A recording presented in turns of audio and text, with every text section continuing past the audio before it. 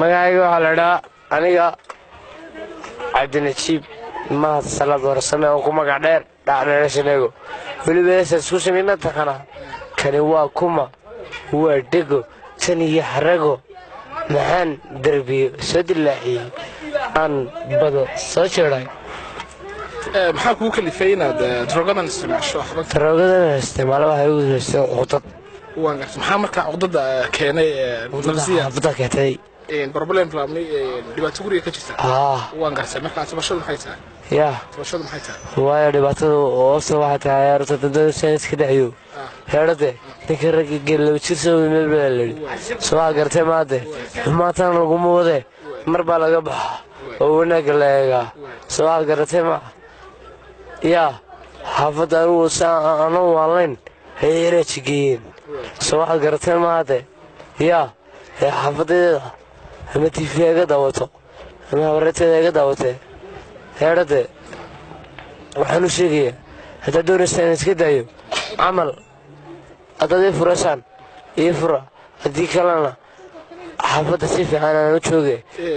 waxaan doonaya inaan ku weydiiyo imisa sanaad isticmaalaysay 2010 laga bilaabay ilaa 6 sano marnaba ma isku dayday inaad noloshaada wax ka bedesho ood bahasha joojiso waan isku dayay waa bere dhexdeeda waan iska daayay waa qurux qalna imika waad arkaysa waan gartay markaa laakiin hadda waad isticmaalaysaa muuqatada dhalisaalaale mudaabe markaa imika wax aad codsanayso mustaqbalkaaga noloshaada wax ka bedelaysaa ma jirtaa waan gartay waan ku tala jiray iminkan iska daaya insha allahu tacaala ilaahayna wuxuu yidhi wataayaha uduni waaciya dhagiyaa la waashuun baa waasa soo aad garatay ma hadda dareenkaaga ka waran noloshaada iminka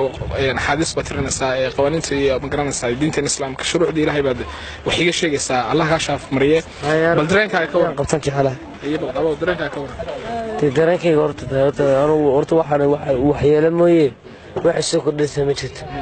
laakiin aniga horta sababtaa jacayl way u kala weyn jacayl bal waayahe noga sheeka jacaylkaaga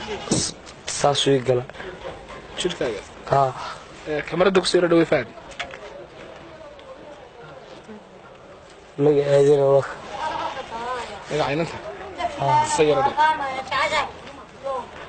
sayarada magac ku qoran magac ku qoran waan arkaa maxaa ku qoran magaca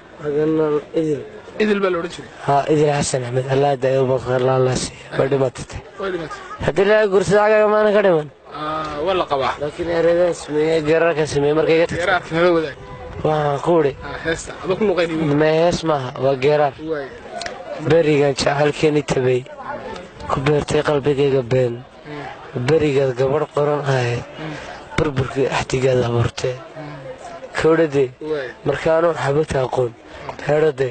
ayaa dee ku yar magaciisa ku sheegi maayee heedhade waan ka dhacaya waan ka xidhayaa waxaan isku xaafad ahay ayaan ku udhi maxaad ku fasha saaxib isagoo ku muudhameeya xabagta xaafadaha misuu igu udhi waa lagu xusuus beelaa danna waxaan isiri bal wixii ku soo maray ilow kowdhadee wataa iga qabsatay xereerka iga goshiyey soo aad garatay maaha waxaan salaamayaa walaalahay kowdhadee iyana kaan abtiga u hay kowdhadee ayaan leeyahay salaam wacan iyo barasho wanaagsan iyo caafimaad wacan ayaan iigu ducaynaya insha allahu tacaala